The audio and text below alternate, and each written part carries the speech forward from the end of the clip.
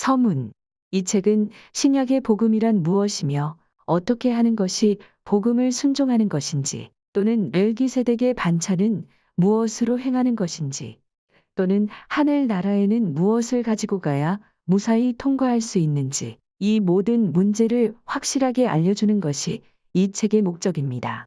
그 이유는 세상에 거짓 교리가 너무나 많기 때문입니다. 성경은 거짓에 미혹된 자도 멸망받는다고 하였습니다. 구원은 믿음에 있다고 하였으나 반면에 거짓 믿음도 있다고 하였으니 구원받는 믿음은 어떤 것인가? 이왕에 믿을 바에는 바른 진리의 바른 믿음으로 영생에 들어가야 하겠습니다. 부산시 해운대구 5일동 944번 지육호. 저자 안상홍. 제1장 새 언약의 복음. 복음이라는 뜻은 복된 소리라는 말인데 구약 성경도 복음이라고 할 수 있다. 그러나 신약 성경에서 말하는 복음은 예수님께서 요한에게 침례 받으신 때부터 시작이다. 기록한 바 하나님의 아들 예수 그리스도 복음의 시작이라. 요한이 잡힌 후 예수께서 갈릴리에 오셔서 하나님의 복음을 전파하여 가라사대 때가 찼고 하나님 나라가 가까웠으니 회개하고 복음을 믿으라 하시더라. 마가복음 1장 1에서 15절 하였다. 하나님의 아들 예수 그리스도 복음의 시작이라 하신 데는 예수님이 요단강에서 침례 받으신 때로부터이다. 누가도 기록하기를 율법과 선지자는 요한의 때까지요. 그 후부터는 하나님 나라의 복음이 전파되어 사람마다 그리로 침입하느니라. 누가복음 16장 16절 하신 그 후부터는 하나님 나라의 복음이 전파되어 라고 하신 것은 침례 요한 이후부터라는 말씀인데 예수님 침례 받으시고 40일 금식하신 후에 천국 복음을 전파하시기 시작하셨다. 기록한 바 이때부터 예수께서 비로소 전파하여 가라사대 회개하라 천국이 가까웠느니라 하시며 온 갈릴리에 두루 다니사 저희 회당에서 가르치시며 천국 복음을 전파하시며 마태복음 4장 17절 23절 시작하셨다. 그때부터 전파하시기 시작하신 천국 복음은 십자가로 끝 마친 것이 아니라 세상 끝날까지 계속될 것으로 말씀하셨다. 이 천국 복음이 모든 민족에게 증거되기 위하여 온 세상에 전파되리니 그제야 끝이 오리라. 마태복음 24장 14절 하셨다. 우리는 주님께서 3년 동안 행하시고 가르치신 천국 복음을 어떻게 해야 잘 받아들일 수 있을까? 심각히 생각할 문제이다. 우선 주님이 걸어가신 그 발자취를 그대로 따라가는 것이 가장 중요한 것이라고 생각할 수밖에 없다. 주님이 행하신 그 어느 것 하나 소홀히 할 수 없다. 주님의 말씀하신 것도 중요하지만 교훈으로서 행하신 규례는 하나님께 충성하는 법도로서 더욱 중요한 문제라고 할 수 있다. 실제로 행하신 주님의 규례는 첫째 침례가 될 것이며 마태복음 3장 13에서 17절. 둘째는 안식일에 자기 규례대로 회당에 들어가 성경 읽는 것과 누가복음 4장 16절, 마태복음 24장 20절 비교. 초막절 때에 성전에 올라가사 전도하시며 말씀하시기를 누구든지 목마르거든 내게로 와서 마시라. 나를 믿는 자는 성경의 이름과 같이 그 배에서 생수의 강이 흘러나리라 하시니 이는 그를 믿는 자의 받을 성령을 가리켜 말씀하신 것이라. 요한복음 7장 37에서 39절 하셨으며 6월절에 성만찬을 행하시며 이자는 내 피로 세우는 새 언약이니 누가복음 22장 7에서 20절 하신 그 모두가 우리에게 가르치신 천국 복음이라고 하겠다. 혹은 말하기를 그 당시에는 예수님도 유대인인 고로 모세 율법을 따라 안식일도 지키시고 초막절도 지키시고 유월절도 지키셨다고 주장하며 십자가 이후에는 모세 율법의 모든 절기를 지킬 필요가 없다고 할 것이다. 그러나 예수님이 지키신 절기는 모세 율법의 절기가 아니라 예수님이 3년 동안 실제 교훈으로 가르쳐 주신 새 언약의 절기인 것이다. 만일 예수님이 가르치신 교훈을 십자가 후에는 필요 없다면 예수님은 우리와 아무런 상관없는 분이 되는 것이다. 그러나 예수님은 십자가 후에 제자들에게 말씀하시기를 내가 3년 동안 너희에게 가르치고 분부한 모든 것을 가르쳐 지키게 하라. 마태복음 28장 19에서 20절 하셨고 또는 내가 너희에게 행한 것 같이 너희도 행하게 하려 하여 본을 보였노라. 요한복음 13장 15절 하신 이 모든 말씀은 예수님께서 3년 동안 가르치신 천국 복음을 십자가 후에도 계속해서 전파하라고 하신 말씀이다. 그런 고로 사도 바울은 복음을 전할 때 내가 그리스도를 본받는 자가 된 것 같이 너희는 나를 본받는 자가 되라. 고린도전서 11장 1절 또는 내가 너희에게 전한 것은 주께 받은 것이니 곧 주 예수께서 잡히시던 밤에 떡을 가지사 축사하시고 떼어 가라사대 이것은 너희를 위하는 내 몸이니 이것을 행하여 나를 기념하라 하시고 식후에 또한 이와 같이 잔을 가지시고 가라사대 이 잔은 내 피로 세운 새 언약이니 이것을 행하여 마실 때마다 나를 기념하라 하셨으니 너희가 이 떡을 먹으며 이 잔을 마실 때마다 주의 죽으심을 오실 때까지 전하는 것이니라. 고린도전서 11장 23에서 26절 하였으며 또는 기록하기를 오직 우리가 어디까지 이르렀든지 그대로 행할 것이라. 형제들아 너희는 함께 나를 본받으라. 또 우리로 본을 삼은 것 같이 그대로 행하는 자들을 보이라. 빌립보서 3장 16에서 17절 하였으며 또는 기록하기를 너희는 내게 배우고 받고 듣고 본바를 행하라. 그리하면 평강의 하나님이 너희와 함께 계시리라. 빌립보서 4장 9절 고하면서 예수께서 십자가 전에 가르치신 복음 그대로 전하고 있었던 것이다. 그러나 이 생명에 이르게 하는 복음이 눈에 보이지 않는 정도로 변하기 시작했다.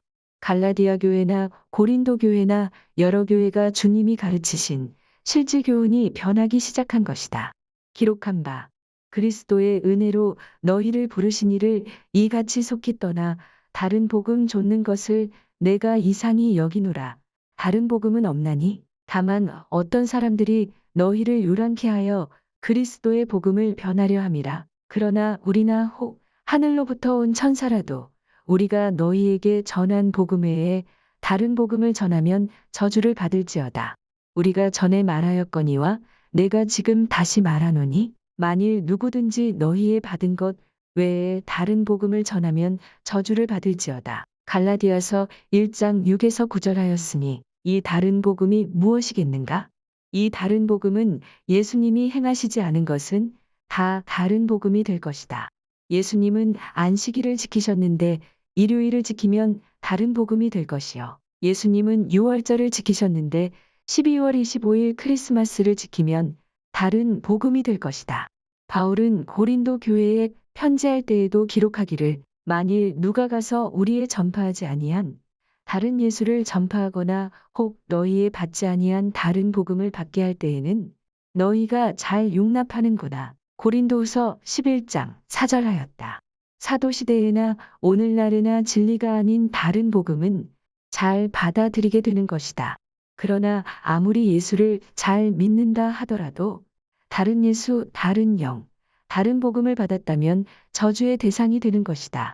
갈라디아 1장 6에서 9절까지 보면 다른 복음을 받거나 전하면 저주받는다고 거듭 말해 놓은 것을 보면 그리스도의 복음이 얼마나 중요한 문제인지 심각히 생각해 볼 문제이다. 바울은 각 교회에 편지할 때마다 복음의 중요성을 다음과 같이 기록하였다. 로마서 1장 9절 내가 그의 아들의 복음 안에서 로마서 1장 14에서 17절 이 복음은 모든 믿는 자에게 구원을 주시는 하나님의 능력이 됨이라. 로마서 10장 16에서 17절 저희가 다 복음을 순종치 아니하였도다. 로마서 15장 16에서 19절 예수의 일꾼이 되어 하나님의 복음의 제사장 직무를 하게 하사. 고린도전서 9장 12에서 14절 그리스도의 복음에 아무 장애가 없게 하려 함이로다. 고린도후서 11장 4절 다른 복음을 받게 할 때에는 너희가 잘 용납하는구나. 에베소서 1장 13에서 14절 구원의 복음을 듣고 그 안에서 또한 믿어 약속의 성령으로 인치심을 받았으니. 에베소서 3장 4에서 7절 복음으로 말미암아 그리스도 예수 안에서 함께 후사가 되고 함께 지체가 되고 함께 약속에 참여하는 자가 됨이라. 골로새서 1장 5에서 6절 하늘에 쌓아둔 소망을 인함이니 곧 너희가 전에 복음 진리의 말씀을 들은 것이라. 갈라디아서 1장 6에서 9절. 다른 복음을 전하면 저주를 받을지어다. 데살로니가전서 2장 4절. 하나님이 옳게 여기심을 입어 복음 전할 부탁을 받았으니 데살로니가후서 1장 7에서 9절. 예수의 복음을 복종치 않는 자들에게 형벌을 주시리라. 데살로니가후서 2장 13에서 14절. 복음으로 너희를 부르사 우리 주 예수 그리스도의 영광을 얻게 하려 하심이니라. 빌립보서 4장 3절. 복음에 나와 함께 힘쓰던 저 부녀들을 도우라. 그 이름들이 생명책에 있느니라 하였다. 바울은 그리스도의 복음을 이렇게 중요하게 말해 놓았지만 그러나 세월이 흐름에 따라 2세기 중엽부터 복음은 한 가지씩 변하기 시작하여 4세기 중엽에 와서 생명에 이르는 그리스도의 복음은 완전히 변해지고 말았다. 이런 문제에 대해서 일찍 주님께서 가라지 비유로 예언도 하셨고 마태복음 13장 24에서 30절, 36에서 40절 참고 사도 바울도 장차 불법한 자가 나타날 것과 거짓 진리를 믿게 될 것까지 예언하였다. 기록된 바 누가 아무렇게 하여도 너희가 미혹하지 말라. 먼저 배도하는 일이 있고 저 불법의 사람 곧 멸망의 아들이 나타나기 전에는 이르지 아니하리라. 악한 자의 임함은 사단의 역사를 따라 모든 능력과 표적과 거짓 기적과 불의의 모든 속임으로 멸망하는 자들에게 임하리니 이는 저희가 진리의 사랑을 받지 아니하여 구원함을 얻지 못함이니라. 이러므로 하나님의 유혹을 저의 가운데 역사하게 하사 거짓 것을 믿게 하심은 진리를 믿지 않고 불의를 좋아하는 모든 자로 심판을 받게 하려 하심이니라. 데살로니가후서 2장 3에서 12절 하였다. 초대교회 복음 진리가 변하여 오랫동안 있었기 때문에 오늘날에 와서는 무엇이 변했느냐 하는 정도로 예수님이 친히 가르쳐 주신 복음은 찾아볼 수 없게 되었다. 2세기 중엽 로마 교황 아니케터스 시대와 빅터 교황 시대로부터 변하기 시작하여 325년 니케아 공의회에 와서 니산 월 14일 6월절 지키던 것을 완전 폐지하고 말았다. 기독교사 초대편 121에서 123페이지 참고 요약 기독교회사 49페이지 참고 천주교회책 상해 천주교율이 중편 22에서 23페이지 교부들의 신앙 125에서 126페이지 참고 위의 책들을 자세히 살펴보면 분명하게 기록되어 있다. 이렇게 역사적으로도 분명하게 증거되어 있지만 생명의 진리를 깨닫지 못한 분들은 오히려 변경된 것은 잘 된 것으로 생각들 하고 있다. 그러나 예수님이 3년 동안 실지교훈으로 가르쳐 주신 것 외에는 다 거짓교회요. 다른 복음이다. 참 진리는 단 한 가지라도 바꿀 수도 없고 더할 수도 없고 제하여 버릴 수도 없는 것이 진리입니다. 기록된 바 계시록 22장 18에서 19절. 내가 이 책의 예언의 말씀을 듣는 각인에게 증거하노니 만일 누구든지 이것들에 더하면 하나님이 이 책에 기록된 재앙들을 그에게 더하실 터이요. 만일 누구든지 이 책의 예언의 말씀에서 제하여 버리면 하나님이 이 책에 기록된 생명나무와 및 거룩한 성의 참회함을 제하여 버리시리라 하시었습니다. 제2장 복음의 일꾼은 새 언약의 일꾼이다. 복음은 또한 새 언약이라고 하였다. 기록한 바 이 복음을 위하여 그의 능력이 역사하시는 대로 내게 주신 하나님의 은혜의 선물을 따라 내가 일꾼이 되었노라. 에베소서 3장 7절 하였으며 또는 저가 또 우리로 새 언약의 일꾼 되기에 만족해 하셨으니 고린도후서 3장 6절 하였다. 바울은 자기가 복음의 일꾼이라고도 하고 새 언약의 일꾼이라고도 하였다. 그리고 로마 교회에 편지할 때에는 이 은혜는 곧 나로 이방인을 위하여 그리스도 예수의 일꾼이 되어 하나님의 복음의 제사장 직무를 하게 하사 로마서 15장 16절 하였으며 예수님에 대해서는 이를 인하여 그는 새 언약의 중보니 히브리서 9장 15절 하였다. 이 새 언약에 대하여 주님께서 직접 6월절 만찬석에서 이 자는 내 피로 세우는 새 언약이니 누가복음 22장 20절 하시며 확실한 증거로 인을 쳐주셨다. 복음이나 새 언약은 모두가 주님 살아계실 때에 가르쳐 주신 교훈이다. 주님 십자가 후에는 다른 진리나 교리를 가르쳐 주신 일이 없고 십자가 전에 가르쳐 주신 교훈을 재강조하시며 내가 너희에게 분부한 모든 것을 가르쳐 지키게 하라. 마태복음 28장 20절 하신 것 뿐이다. 그런데 누가복음 22장 20절에는 새 언약이라고 적혀 있으나 요한복음 13장 34절에는 새 계명이라고 하였다. 그러나 내용은 똑같은 하나님의 언약이다. 예수님께서 새 언약이라고 말씀하신 그 장소가 6월절 성만찬 예식장에서 하신 말씀이고 요한복음의 새 계명이라고 말씀하신 그 장소도 6월절 성만찬 예식장에서 하신 말씀이다. 그런 고로 누가복음 전서 안에는 새 계명이라고 기록한 데가 없고 또 요한복음 전서 안에는 새 언약이라는 기록이 없다. 그 이유는 결국 같은 말이기 때문이다. 모세가 시내산에서 십계명을 받을 때 언약의 말씀 곧 십계를 그 판에 기록하셨더라. 출애굽기 34장 28절, 신명기 4장 13절 언약을 곧 계명이라고 하였으니 새 언약은 새 계명이라는 뜻이다. 또 한 가지 문제는 누가복음에는 잔을 가지시고 새 언약이라고 하였고 요한복음에는 서로 사랑하는 것이 새 계명이라고 하셨으니 문제가 다른 것이라고 생각할 것이다. 그러나 예수님께서 말씀하신 사랑의 원리를 깨닫게 되면 새 언약이나 새 계명이 무엇인지 깨닫게 될 것이다. 주님께서 마지막 6월절 만찬석에서 떡을 가져 살해하시고 떼어 저희에게 주시며 가라사대 이것은 너희를 위하여 주는 내 몸이라. 너희가 이를 행하여 나를 기념하라 하시고 저녁 먹은 후에 잔도 이와 같이 하여 가라사대 이 잔은 내 피로 세우는 새 언약이니 곧 너희를 위하여 붓는 것이라. 누가복음 22장 19에서 20절 하셨다. 주님의 살과 주님의 피를 여러 형제들이 다 같이 먹고 다 주님 안에서 한 몸이 되므로 형제들이 서로 자기 몸과 같이 사랑하게 되는 것이다. 기록한 바 우리가 축복하는 바 축복의 잔은 그리스도의 피에 참여함이 아니며 우리가 떼는 떡은 그리스도의 몸에 참여함이 아니냐. 떡은 하나여 많은 우리가 한 몸이니 이는 우리가 다 한 떡에 참여함이라. 고린도전서 10장 16에서 17절 하였으니 주님 안에서 한 몸이 되어 있으니 어찌 자기 몸을 미워할 사람이 있겠는가? 우리는 근본 악하기 때문에 사랑할 줄 몰라도 주님의 살과 주님의 피가 내 안에서 형제를 사랑하게 되는 것이다. 주님의 마지막 6월절 만찬으로 새 언약을 주신 그 말씀대로 6월절을 실행할 때 주님의 살과 피가 여러 형제의 몸 안에서 한 몸을 이루어 서로 사랑함으로써 새 계명이 되는 것이다. 제3장 옛 언약이 새 언약으로 변혁함. 히브리서 7장 12절 제사직분이 변혁한즉 율법도 반드시 변혁하리니 하였다. 오늘날 그리스도 교회가 많이 있지만 시내산에서 세운 율법이 변혁되었다고 한다면 놀랄 사람들이 많을 것이다.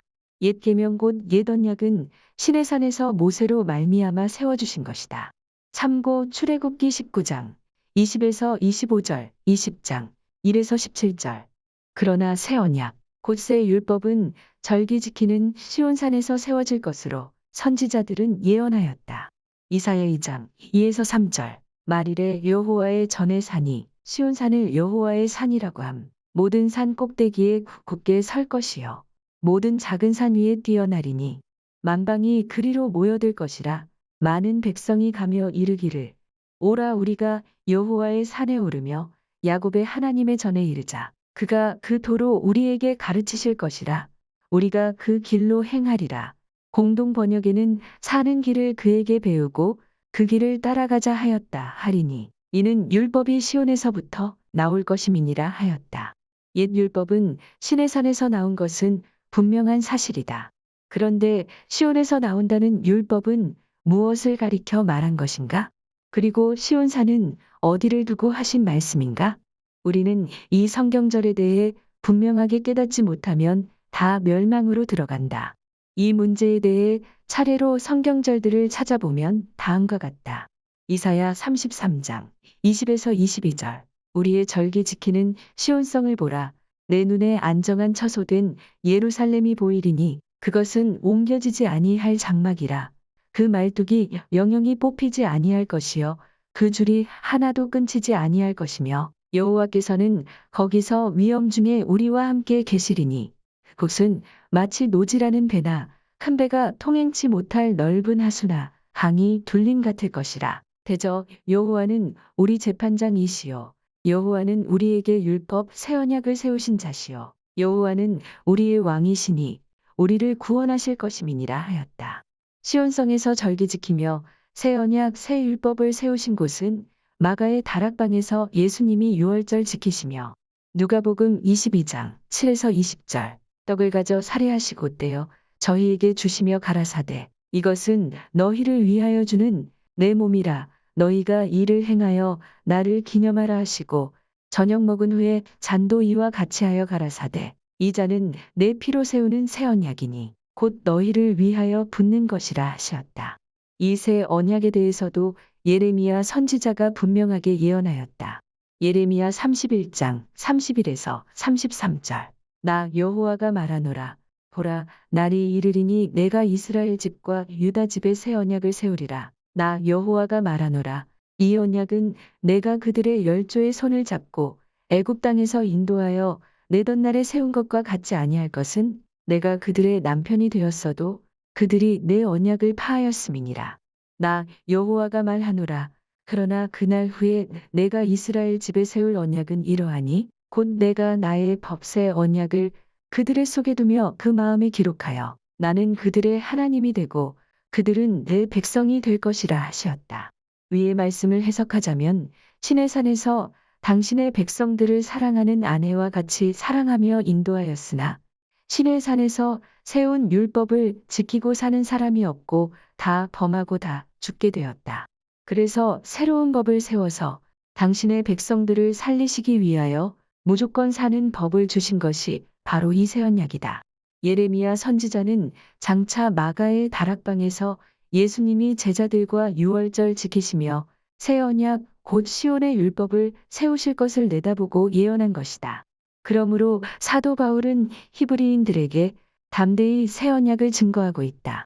히브리서 8장 7에서 8절 저 첫 언약이 무음하였다면 둘째 것을 요구할 일이 없었으려니와 저희를 허물하여 일렀으되 주께서 가라사대 볼지어다 날이 이르리니 내가 이스라엘 집과 유다 집으로 새 언약을 세우리라 하였고 또는 히브리서 8장 13절 새 언약이라 말씀하셨음에 첫 것은 낡아지게 하신 것이니 낡아지고 쇠하는 것은 없어져 가는 것이니라 하였다.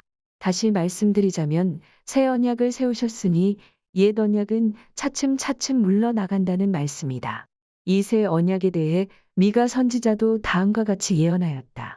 미가서 4장 1에서 2절 말일에 이르러는 여호와의 전에 산이 산들의 꼭대기에 굳게 서며 작은 산들 위에 뛰어나고 민족들이 그리로 몰려갈 것이라. 곧 많은 이방이 가며 이르기를 오라 우리가 여호와의 산에 올라가서 야곱의 하나님의 전에 이르자. 그가 하나님이 그 도로 새 언약으로 우리에게 가르치실 것이라. 우리가 그 길로 행하리라 하리니 이는 율법이 시온에서부터 나올 것이요 여호와의 말씀이 예루살렘에서부터 나올 것임이라 하였는바. 이 예언이 이사야 2장 2에서 3절의 말씀과 똑같이 된 것은 두 사람의 증인으로서 확실하다는 증거로 같은 말씀으로 증거하게 하신 것이다.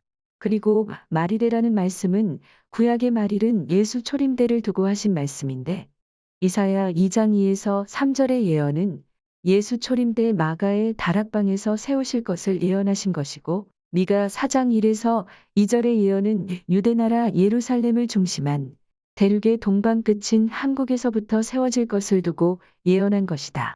그리고 시온산이라 함은 육신적 해석은 유대나라 예루살렘성 주위를 말하겠지만 영적으로는 어디든지 새 언약 절기를 지키는 곳이 시온산이 되는 것이다. 이러한 영광의 시온산을 가리켜 선지자들은 예언을 많이 하였다.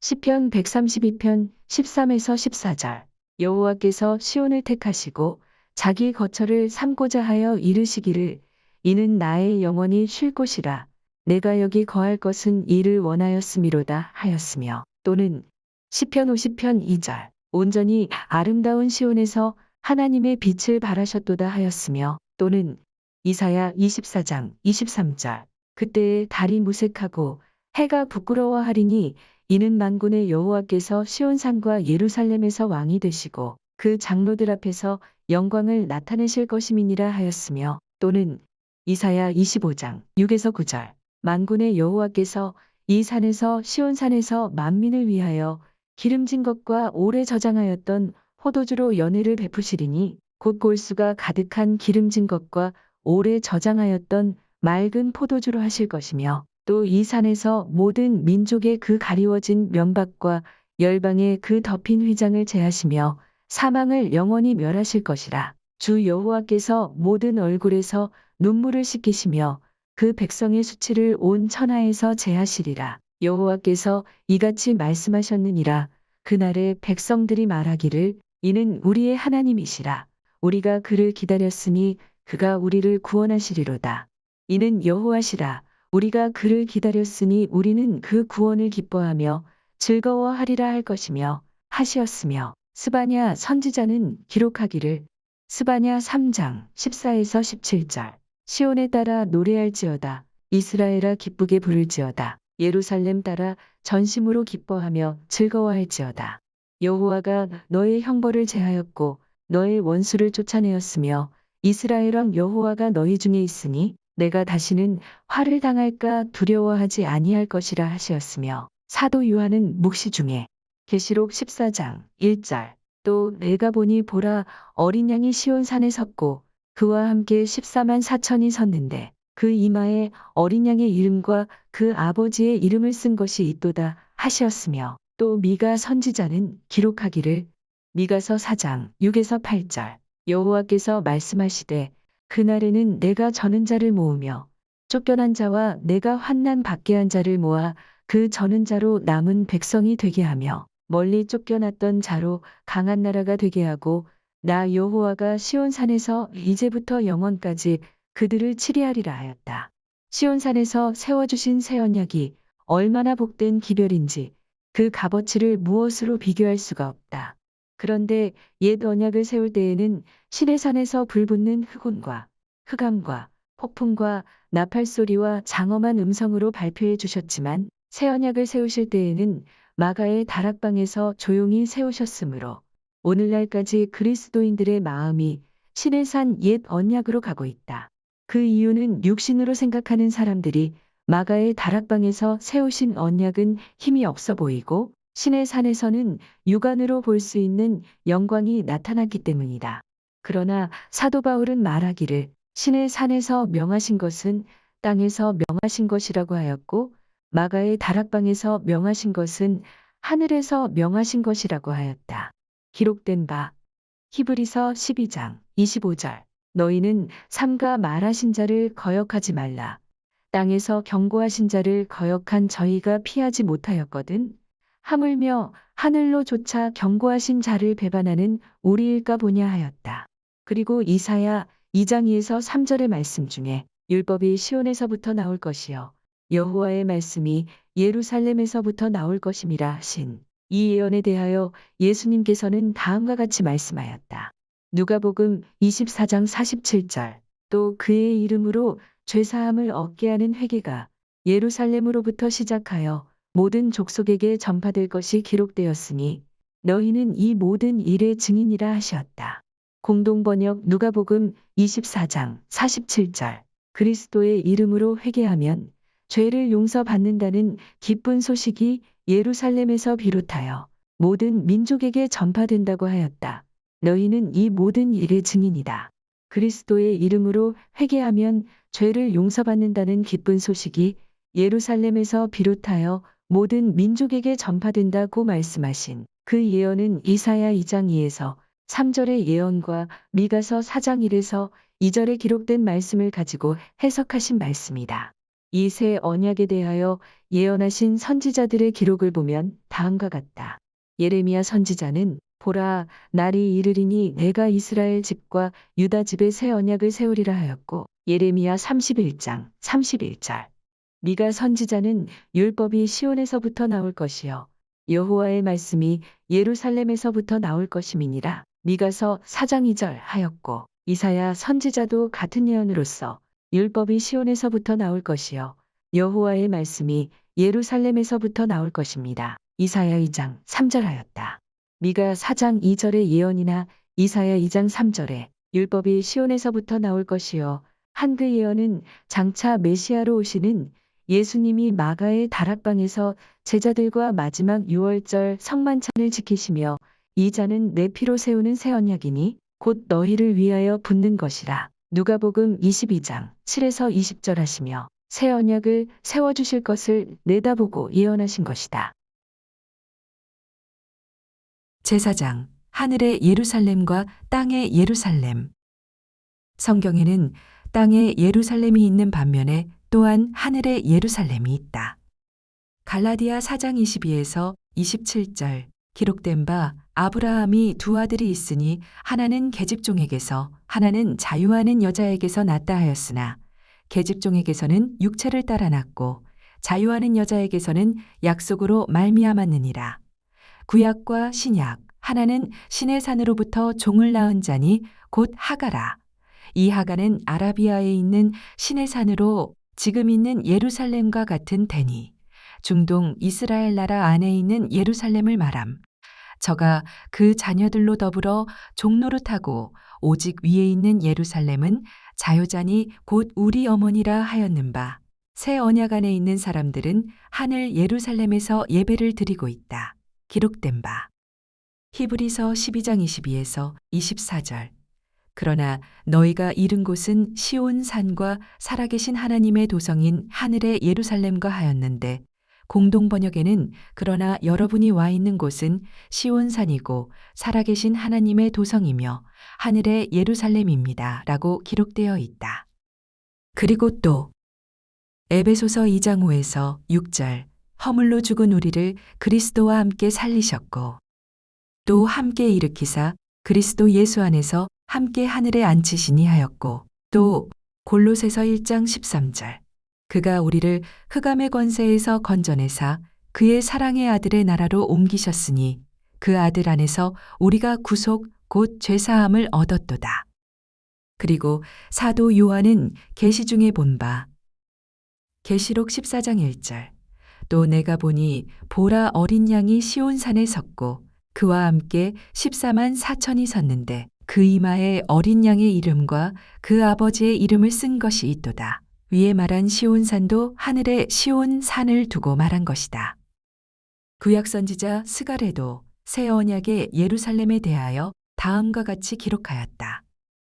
스가랴 14장 8절 그날의 생수가 예루살렘에서 솟아나서 절반은 동해로 절반은 서해로 흐를 것이라 여름에도 겨울에도 그러하리라 하였는데 그 말씀의 예언 연결이 요한계시록 22장 1절에서 찾아볼 수 있는데 또 저가 수정같이 맑은 생명수의 강을 내게 보이니 하나님과 및 어린 양의 보좌로부터 나서 길 가운데로 흐르더라 하였고 성 안에 성전을 내가 보지 못하였으니 이는 주 하나님 곧 전능하신 이와 및 어린 양이 그 성전이심이라 하였다. 다시 말하자면 생명수 흐르는 성전 보좌가 따로 있는 것이 아니라 하나님과 어린 양이 바로 생명수 흐르는 성전이 된다는 말씀이다. 예수님 자신도 말씀하시기를 예수께서 대답하여 가라사대 너희가 이 성전을 헐라 내가 사흘 동안에 일으키리라. 그러나 예수는 성전된 자기 육체를 가리켜 말씀하신 것이라 요한복음 2장 19에서 20절 하였다. 그리고 스가랴 14장 8절 예언을 예수께서는 다음과 같이 연결하여 말씀하시기를 요한복음 7장 37에서 39절 명절 끝날 곧 큰날에 예수께서 서서 외쳐 가라사대 누구든지 목마르거든 내게로 와서 마시라. 나를 믿는 자는 성경의 이름과 같이 그 배에서 생수의 강이 흘러나리라 하시니 이는 그를 믿는 자의 받을 성령을 가리켜 말씀하신 것이라 하셨고 또 말씀하시기를 요한복음 4장 14절 내가 주는 물을 먹는 자는 영원히 목마르지 아니하리니 나의 주는 물은 그 속에서 영생하도록 솟아나는 샘물이 되리라 하시었으며 요한복음 6장 53에서 57절 예수께서 이르시되 내가 진실로 진실로 너희에게 이르노니 인자의 살을 먹지 아니하고 인자의 피를 마시지 아니하면 너희 속에 생명이 없느니라. 내 살을 먹고 내 피를 마시는 자는 영생을 가졌고 마지막 날에 내가 그를 다시 살리리니 내 살은 참된 양식이요 내 피는 참된 음료로다 하시었다. 그러면 예수님의 살과 피를 어떻게 먹고 마실 수 있을까? 예수께서는 마지막 유월절 만찬을 잡수시면서 하신 말씀에 누가복음 22장 7에서 20절 유월절 양을 잡을 무교절이 이른지라 예수께서 베드로와 요한을 보내시며 가라사대 가서 우리를 위하여 유월절을 예비하여 우리로 먹게 하라. 또 떡을 가져 살해하시고 떼어 저희에게 주시며 가라사대 이것은 너희를 위하여 주는 내 몸이라. 너희가 이를 행하여 나를 기념하라 하시고 저녁 먹은 후에 잔도 이와 같이 하여 가라사대 이 잔은 내 피로 세우는 새 언약이니 곧 너희를 위하여 붓는 것이라 하시었다. 위의 모든 말씀을 종합해서 연구해 보시게 되면 스가랴 14장 8절의 생수가 예루살렘에서 솟아나서 절반은 동해로 절반은 서해로 흐를 것이라 한 그 예언이 무엇임을 깨닫게 될 것입니다. 하늘 예루살렘 성에서 새 언약을 받은 성도들만이 생명수를 마실 수 있을 것이며 생명의 떡과 생명의 잔을 마시고 예수님과 한 영이 되어 영원한 나라로 가게 될 것입니다. 제5장 아론의 반차와 멜기세덱의 반차. 아론의 반차는 양이나 소나 염소 등으로 제사를 드렸지만 레위기 1장 1에서 4절, 히브리서 9장 18에서 25절 참고 멜기세덱의 반차는 떡과 포도주로 생명의 복을 빌어주었다. 기록한 바 살렘왕 멜기세덱이 떡과 포도주를 가지고 나왔으니 그는 지극히 높으신 하나님의 제사장이었더라. 그가 아브람에게 축복하여 가로되 천지의 주제시요 지극히 높으신 하나님이여 아브람에게 복을 주옵소서. 너의 대적을 내 손에 붙이신 지극히 높으신 하나님을 찬송할지로다 하매 아브람이 그 얻은 것에서 10분의 1을 멜기세덱에게 주었더라. 창세기 14장 18에서 20절 하였는데 다윗은 시편에 기록하기를 여호와는 맹세하고 변치 아니하시리라. 이르시기를 너는 멜기세덱의 반차를 쫓아 영원한 제사장이라 하셨도다. 시편 110편 4절라고 예언하였는데 사도 바울은 위에 말한 멜기세덱과 그 예언이 예수님으로 예언이 성취되었다 하였다. 히브리서 7장 1에서 12절을 자세히 연구하면 충분히 이해가 될 것이다. 멜기세덱이 떡과 포도주로 아브람에게 복을 빌어준 것 같이 예수님께서도 유월절 떡과 포도주로 우리에게 생명과 영원한 언약으로 복을 빌어주신 것이다. 기록된 바 떡을 가져 살해하시고 떼어 저희에게 주시며 가라사대 이것은 너희를 위하여 주는 내 몸이라. 너희가 이를 행하여 나를 기념하라 하시고 저녁 먹은 후에 잔도 이와 같이 하여 가라사대 이 잔은 내 피로 세우는 새 언약이니 곧 너희를 위하여 붓는 것이라. 누가복음 22장 19에서 20절 하시었다. 이 예식은 유월절 성만찬이었다. 누가복음 22장 7에서 20절 주님께서는 사도 요한을 통하여 말씀하시기를 이 떡과 포도주는 우리에게 생명과 영생을 가져다 주는 것으로 증거하시었다. 기록된 바 내가 곧 생명의 떡이로라. 나는 하늘로서 내려온 산떡이니 사람이 이 떡을 먹으면 영생하리라. 나의 줄 떡은 곧 세상의 생명을 위한 내 살이로라. 내가 진실로 너희에게 이르노니 인자의 살을 먹지 아니하고 인자의 피를 마시지 아니하면 너희 속에 생명이 없느니라. 내 살을 먹고 내 피를 마시는 자는 영생을 가졌고 마지막 날에 내가 그를 다시 살리리니. 요한복음 6장 48절, 51절, 53에서 54절 하셨다. 그러므로 사도들은 이 거룩한 유월절 예식을 해마다 기념해 내려왔고 사도 이후에도 주후 325년까지 계속 지켜내려오다가 325년 5월 6월 2달 동안에 니케아 공의회에서 유월절이 완전히 폐지당하고 말았다. 이제 우리는 이것을 회복하는 운동을 하고 있다. 이 도피성에 있는 우리가 거룩한 대제사장이 죽으심으로 그의 살과 그의 피로 구속함을 받고 하늘 본향에 갈 수 있는 복음을 증거하는 것이다. 혹은 말하기를 우리 교회도 6월절 성찬식을 행하고 있다고 한다. 이것은 옛날 여로보암이 자기 마음대로 정한 달로 절기를 삼아 지키는 행동이다. 열왕기상 12장 25에서 33절. 예수님께서도 디베랴 바다 건너편 광야에서 약 5천 명이나 예수님이 축사한 떡을 먹었어도 그 떡은 썩을 양식이라고 하셨습니다. 요한복음 6장 10에서 27절.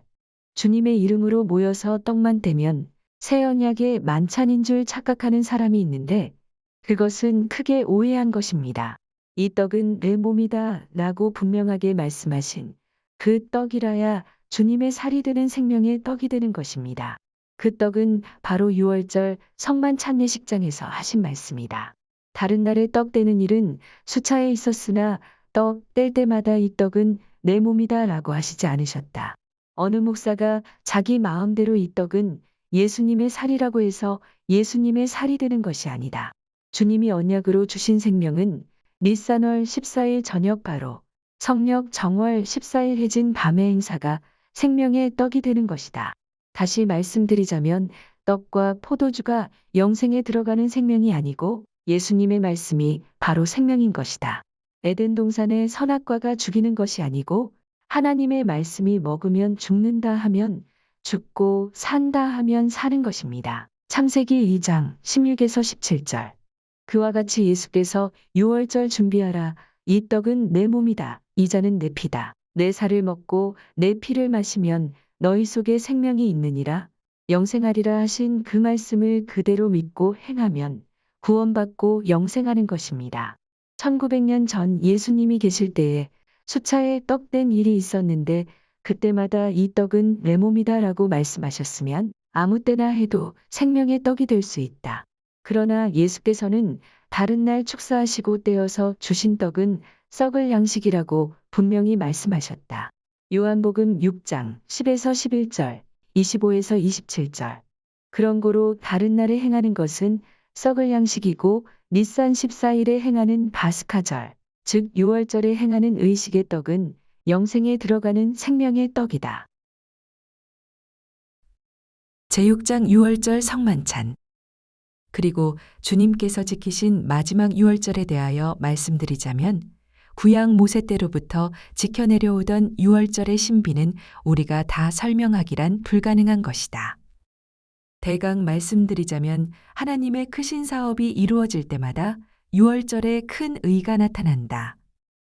이스라엘 백성들이 애굽 나라에서 노예 생활을 할 때에도 6월절 밤에 어린 양의 피로 구속함을 받고 나왔으며 출애굽기 12장 12에서 14절 이스라엘 백성들이 광야에서 40년을 지내고 가나안 땅에 들어갈 때에도 6월절을 지키고 들어갔으며 여호수아 5장 10에서 12절 여러 가지 능력이 나타나신 것과 모든 사기를 물리치신 것도 6월절을 지킴으로써 사기를 전멸시킨 것이다.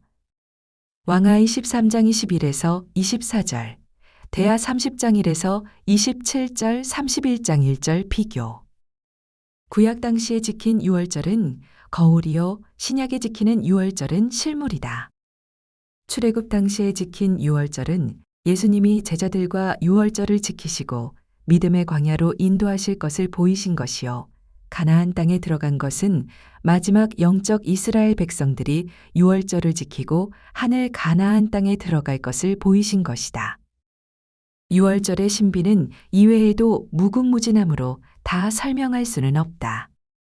여하간 우리 주님께서 행하시고 새 언약으로 주셨으니 우리는 이유를 막론하고 주님을 따라 행할 것뿐이다. 그리하면 우리가 알아야 할 6월절의 비밀을 주님께서 우리에게 가르쳐 주실 것이다. 위에 말한 주님의 행적과 교훈이 새 언약과 복음이 되는 것이다. 주님이 실제 교훈으로 행하시고 가르쳐 주신 갖가지 행사는 우리들의 구원에 대하여 중요한 문제들이 되는 그리스도의 율법이다. 주님이 가르쳐 주시고 사도들이 주님의 교훈을 받아 행하고 지킨 행적은 현재 우리들이 지키고 행하여야 될 참 진리인 것이다. 이외에 더하거나 덜하는 것은 저주를 받는 것이라고 하였다. 계시록 22장 18에서 19절, 갈라디아 1장 6에서 9절 비교. 제7장 6월절의 신비. 기록된 바 내가 그 밤에 애굽 땅에 두루 다니며 사람과 짐승을 물어나고 애굽 나라 가운데 처음 난 것을 다 치고 애굽의 모든 신에게 벌을 내리리라. 나는 여호와로라. 내가 애굽 땅을 칠 때에 그 피가 너희의 거하는 집에 있어서 너희를 위하여 표적이 될지라. 내가 피를 볼 때에 너희를 넘어가리니 재앙이 너희에게 내려 멸하지 아니하리라. 너희는 이 날을 기념하여 여호와의 절기를 삼아 영원한 규례로 대대에 지킬지니라. 출애굽기 12장 12에서 14절 하셨으며 그날 밤에 사망을 당하지 않은 집이 없었다고 하였다.